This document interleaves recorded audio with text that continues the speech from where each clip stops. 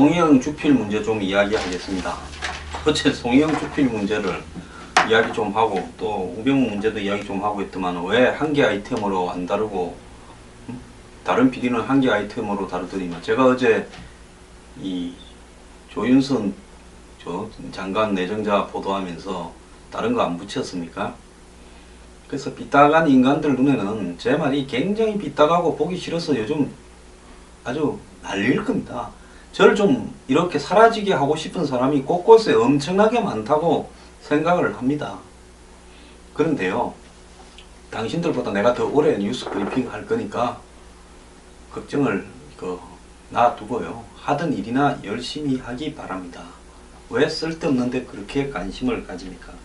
조선일보가요, 이 송희영 주필에 보직해임만 했다가 이 김진태 의원의 2차 폭로가 있은 다음에 사표 수리를 했습니다. 조선일보는 진작에 송희영 주필의 사표 수리를 했어야 했다고 저는 보고 있고요. 때 늦었다고 보고 있습니다. 왜? 더 가지고 있어서 그 정도 폭로할 것 같으면 더 가지고 있다는 것은 기본적인 사실입니다. 송희영이라고 한마디도 안 했는데도 애서 언론사라 했는데도 불구하고 뭐 일부 이 우파 매체들에서는 송희영이라고 이름을 딱 찍어서 보도를 하기 시작을 했습니다. 이미 상당수의 정권과 보조를 맞추는 그런 우파 언론들 같은 경우에 이미 뭐 송희영이라고 했고 온갖 이야기들을 김진태 의원이 폭로한 것보다 앞서서 먼저 보도를 했습니다. 자, 그런데 이게 무슨 좌우파의 문제가 아니라 본질적으로 진실에 관한 문제고 비리냐 아니냐라는 문제입니다.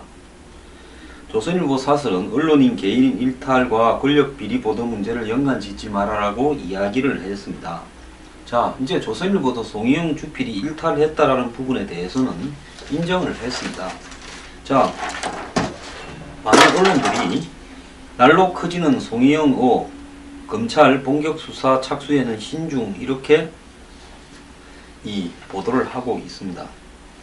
자, 송희영 주필 뿐만 아니라 언론사 고위층 누구라도 한마디로 이 언론에서 이 가지고 있는 자신의 사회적 정치적 지위를 이용해서 이권단체들과 이해관계자들과 이 교류를 가지고 거기에 향응을 받거나 접대를 받거나 뇌물을 받고 그 대가로 언론에 글을 그쪽이 유리하게 써준다라는 부분은 있을 수 없는 일이죠. 자, 그런데 이번에 청와대가 김진태 의원이 진정으로 우병우 수석하고 관계없이 이 문제를 제기했다면 언론의 정화를 위해서 부패 기득권 세력이라고 조선일보를 지칭하지 않았습니까? 그렇게 말을 했다면 이번 기회에 언론 정화에 전면적으로 나서기를 저는 요구합니다. 그래야 앞뒤가 맞는 부분 아닙니까? 김진태 의원도 우병우는 우병우 문제고 이 문제를 가지고 우병우 물타기를 하는 게 아니다라고 이야기를 합니다. 또 다른 조선일보나 다른 쪽에서는 우병우 문제의 코너에 몰리니까 우병우를 물타기 하려고 송희영을 끼워넣었다고 또 정반대 시각에서 바라봅니다. 자, 그런데 제가 하나 문제를 좀 제기하면요. 대한민국의 언론이 좌우언론 전부 포함됩니다. 정치적 이해관계나 재벌이나 대기업의 이해관계나 한국 사회의 기득권이나 힘이 있거나 돈이 있는 사람의 이해관계에 따라서 과연 신문사의 보도 내용이나 사설을 그 구미에 맞게 써주지 않았냐는 문제를 지적하는 겁니다. 자, 송희영은요, 명백하게 저는 잘못되었고 법적으로 잘못한 일이 있으면 일벌백계로 처벌되어야 된다고 봅니다. 그런데 과연 그런 짓을 한 사람이 송희영 하나만 있냐는 거죠. 제가 왜 이 질문을 하는가 하면요, 부패 기득권이라고 언급하고 그 다음에 조선일보 송희영이라고 하지 않았습니까? 자, 조선일보 송희영만 과연 그런 기사를 그런 행동을 했겠습니까? 자, 언론사에 있는 사람들 밥 먹고 얻어먹고 다니는 일은 다반사 아닙니까? 낮은 기자든 고위직이든 종류가 다를 뿐이고 대상이 다를 뿐이지요. 솔직히 그래서 김영란법 언론인도 포함된 거 아닙니까? 그런데 김영란법에 포함됐다고 얼마나 언론이 불쾌했습니까? 자, 이 지금 한국의 언론이 과연 정론을 지향하고 있는 언론이 몇 개가 됩니까? 솔직히 뭐 청와대도 과거 홍보수석 때 이정현 대표가 언론사에 전화 걸어서 기사 넣어라 좀 빼라 제목 바꿔라 부탁도 하고 안 그랬습니까? 언론이 정권이나 권력이나 대기업이나 돈 많은 사람 기득권의 이해에 맞게 수도 없이 기사를 가지고 장난을 치고 유리한 기사를 써준 것은 대한민국 사회에 널리 알려진 부분입니다. 그래서 송희영을 필두로 해서 모르겠습니다. 조선일보에 그런 언론인이 많은지 모르겠지만은 기왕에 우병우하고 관련 없이 폭로하고 우병우하고 관련 없이 기득권이 자기들은 잘못한 게 없는데 부패 기득권이 각종 청탁을 하니까 그걸 거부해서 공격을 한다.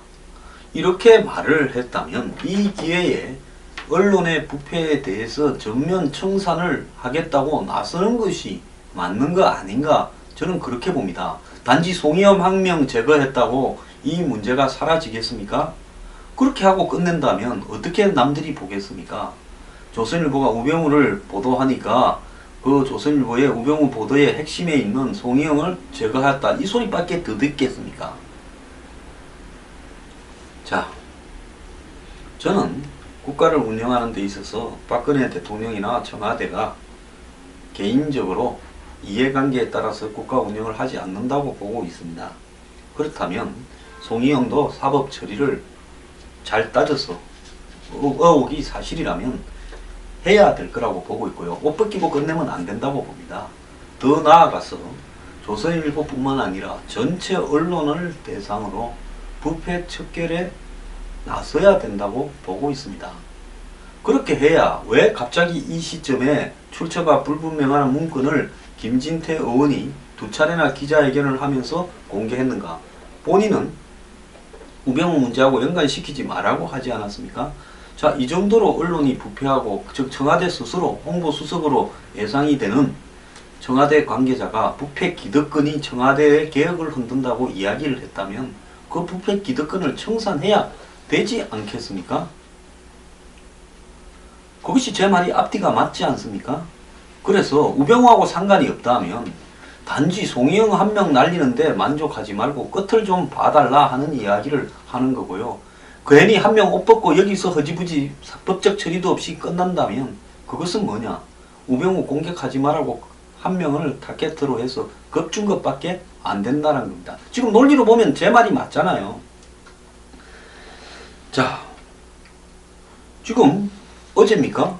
연합뉴스에 청와대 관계자가 이 송희영 주필로 예상되는 사람이 청탁을 했다. 인사청탁을 했다고 보도했습니다. 청와대 관계자가 연합뉴스와 전화해서 밝혔다는데요.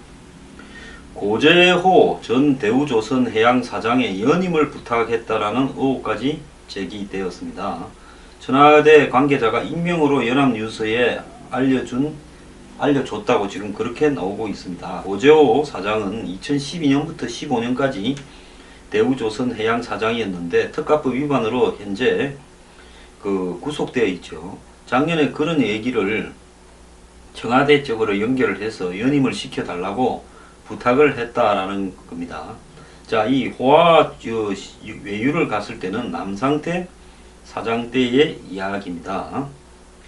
자, 그리고 지금 나오는 이야기들, 예를 들어서 뭐 좋은 기사를 써줬다 대우조선에 이런 이야기까지 나오고 있는데요. 자, 그렇다면 이 송희영 주필에 대해서 저는 2억이라고 하는 호화, 요트, 뭐 제트 전세기, 또 골프, 호텔, 여행 이런 부분들에 이 향응이 제공되고 그 대가로 대우조선에 유리한 기사를 갖다가 써달라 이렇게 했다 하면 이 부분에 대해서는 검찰이 수사를 할 것인지 말 것인지를 저는 좀 밝혀야 된다고 보고 있습니다. 그러지 않습니까? 자, 기자가 뇌물을 받고 그 뇌물의 대가로 기사에 해줬다면 그것은 국민들이 봤을 때는 이 뇌물이죠. 향응을 받고 좋은 기사를 써줬다면. 그런데 그걸 검토해 볼 여지가 있다라고 하면 그건 안 되는 거라고 저는 봅니다. 또 오늘 이런 이야기도 나오고 있어요. 송희영 주필 가족이 대표로 있는 회사에 구속된 박수환 뉴스컴 대표가 감사로 등재되어 있다라는 겁니다. 유력 언론인으로 왕성한 활동을 하던 송 전 주필의 처와 형제가 중심이 된 사실상의 가족 회사에 언론 홍보 대행사 대표가 감사로 등재되어 있고, 이 두 사람이 같이 또 대우조선이 제공하는 호화 여행을 갔다 왔다 이랬지 않습니까? 근데 이 관계로 보면 뭐 지금까지 보면 마치 내연인 듯이 이야기가 이렇게 퍼지 나오더니만 송주필은 아니라고 말을 했습니다만은, 아니 무슨 가족회사에 들어가가 감사까지 받는 이런 내연이 있습니까? 자, 등기부 등본에 따르면 분당구에 자본금 1억으로 F사가 설립되었는데 2012년 12월 8년 만에 청산이 되었습니다. 송주필의 동생이 대표이사고 형이 그리고 처가 이사로 되어 있고 박수환 씨가 감사라는 겁니다. 자, 이 설립 목적은 뭐 인터넷 모바일 사업, 건강 보조 식품 사업, 전기 전자 제품 수출 뭐 이런 것들이 되어 있다라는데요. 자, 이런 부분을 보면 그 매우 밀접할 수 있다. 박수환이 대우조선의 여러 가지 중간에 브로커 역할을 수행한 걸로 보이고, 그리고 송주필은 박수환과 매우 가깝고 또 두 사람이 대우가 스폰서하는 여행을 갔다 왔다. 자, 그런데 박 대표와 송 전 주필 가족 모두 대우조선해양과 관계가 있는데, 형은 2009년부터 4년간 대우조선 사회이사를 했고 2012년에는 대표이사 추천 협의회 위원장을 했고, 처는 이 배, 쌍둥이 배 명명식에 참가했다. 자, 이런 부분으로 되어 있다면 이 부분은 저는 당연히 합리적인 의심으로 수사 대상에 들어가야 되고 엄정하게 수사해서 처벌해야 된다고 보고 있습니다. 그런데 이 송주필의 이런 문제가 과연 조선일보만의 문제고 그런 것이냐? 저는 아니라고 보고 있습니다. 자, 부패 기득권 세력이라고 보면 이런 정부를 비판하는 언론의 보도의 배경에 한마디로 부패가 숨어 있다, 이거 아니겠습니까? 그 부패를 청탁을 안 들어주니까 이렇게 흔들어 제낀다. 그렇다면 모든 언론들이 이 크고 작은 차이만 있지 일정하게 이런 여러가지 기득권 세력이나 돈이 많은 자본 세력이나 대기업이나 이런 부분과 이해관계가 다 좀 있을 거라고 보고 있습니다. 자, 지금 박수환이 등장하고 송희영이 등장한 이래 우병우 민정수석 언론 의혹은 검찰의 수사 개시와 동시에 송희영 조선일보 의혹으로 바뀌어버리고 모든 것이 사라져 버렸습니다. 이런 것을 이 언론 용어로 프레임의 전환이라고 하는데요. 자, 이 프레임의 전환을 하면서 또 한편으로는 지금 청와대와 언론사하고 관계없이 언론들이 하나 진짜 자기 스스로를 돌이켜 봐야 될 부분이 있습니다. 과연 이런 부분에서 자유로운 언론이 몇 있느냐는 겁니다. 대다수의 한국 언론이 김영란법을 비판하면서요, 김영란법을 무력화시키려고 했습니다. 그 부분을 보면요, 대다수의 언론들이 스스로 이 크든 작든 기자 때부터 서서히 권력화되어서 논설위원 주필이 되고 차장, 부장, 국장이 되고 하는 거 아닌가, 이런 생각을 저는 지울 수가 없습니다. 자, 그렇다면 이 문제를 갖다가 바라보는 시각에 있어서 우리가 초점을 어떻게 잡아야 되느냐. 자, 청와대나 김진태 의원이 정말로 부패 기득권에 관한 문제를 제기했다면 이 문제는 여기서 끝내야 되는 게 아니라 알고 있는 게 더 많은 것처럼 뉘앙스를 풍기기 때문에 하는 말입니다. 전부 다 까기를 바랍니다. 그러지 않고 송희영이 하나 제거하면서 조선일보와 다른 언론사에다가 경고를 했다고 이렇게 이제 조용하겠지 생각을 하고 넘어간다면요, 언론인의 부패를 맛배기 하나 보여주고 다 입을 막은 다음에 자, 방향도 우병우에서 송희영으로 왔으니까 이제 끝, 조용히 해, 또 떠드는 사람이 있으면 다 까, 이것밖에 더 되겠습니까?